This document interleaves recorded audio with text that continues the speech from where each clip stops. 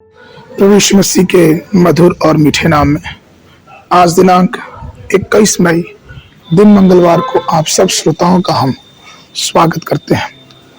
आज के दिन के लिए जो वचन है लिया गया है उत्पत्ति की पुस्तक उसका पहला अध्याय 26 पद।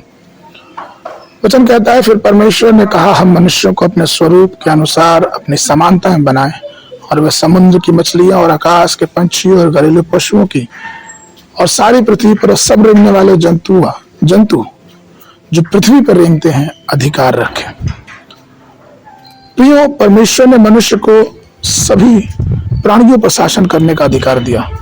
आदम की रचना के बारे में पहला उल्लेख है उत्पत्ति उसका पहला अध्याय उसका 26 पद, लेकिन आदम नाम का जो उल्लेख है वो उत्पत्ति उसका दूसरा अध्याय 19 पद में पाया जाता है। आदम के नाम का तात्पर्य होता है लाल रेत। परमेश्वर ने आदम को आत्मा, प्राण और शरीर के साथ बनाया। उसकी रचना के बाद परमेश्वर ने उन दोनों को, आदम और हव्वा को रचा और उनको उस अदन के बगीचे में रख दिया। और अदन के बगीचे में वो आते और परमेश्वर उनसे ठंडक के समय मिलता। आदम की रचना किस वर्ष में हुई? एक बिशप जिनका नाम आर्क जेम्स असर है, उन्होंने इस विषय में शोध किया, बहुत सारे इतिहास को खोजा, निकाला और उन्होंने पाया कि आदम की रचना लगभग 4004 ईसा पूर्व में हुआ था। उन खोज के बाद कुछ समय के बाद पास्टर जॉन लाइटफुट ने एक और शोध किया और उस लेख में उन्होंने लिखा कि किस प्रकार से आदम का जन्म 4004 ईसा पूर्व 23 अक्टूबर सुबह 9 बजे हुआ। इन बयानों को हम प्रमाणित नहीं कर सकते। हम ये नहीं कह सकते कि ये हकीकत है या सच्चाई है। हम परिपूर्ण रूप से इन सब तिथियों को कुछ नहीं कह सकते, लेकिन हम इतना जानते हैं कि परमेश्वर ने आदम की रचना की।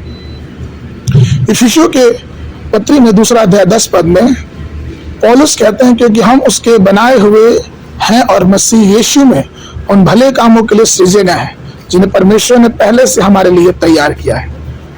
हम जो ईश्वर के लोग हैं या फिर संसार की जो सृष्टि है, मनुष्यों की रचना परमेश्वर ने अपनी छवि और अपनी समानता में किया और ये चाहिए कि हम उसके समानता में आगे बढ़ते जाएं। परमेश्वर चाहता है कि हम उसकी पवित्र आत्मा में आगे बढ़े और मजबूत होते जाएं। इसलिए तो यशायाह 61 उसके 1 पद में परमेश्वर वचन कहता है कि प्रभु यहोवा का आत्मा मुझ पर है, क्योंकि यहोवा ने सुसमाचार सुनाने के लिए मेरा अभिषेक किया और मुझे इसलिए भेजा कि मैं खेदित मन के लोगों को शांति दूं, कि बधुओं के लिए स्वतंत्रता का और कैदियों के लिए छुटकारे का प्रचार करूं। परमेश्वर में प्रिय लोगों, हमेशा इस बात को ध्यान रखें कि हम उस उजियाले की संतान है, अर्थात हमारा पिता उजियाला है।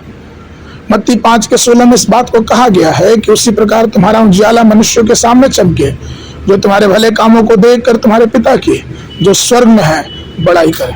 प्रियो, अगर हम अच्छे कार्य करने में सक्षम हैं तो उस अच्छे काम पर अपना अधिकार जमाए, क्योंकि हमारा परमेश्वर हमें अधिकारी बनाया है और उसका अधिकार में हम मजबूती से आगे बढ़ते जाएं।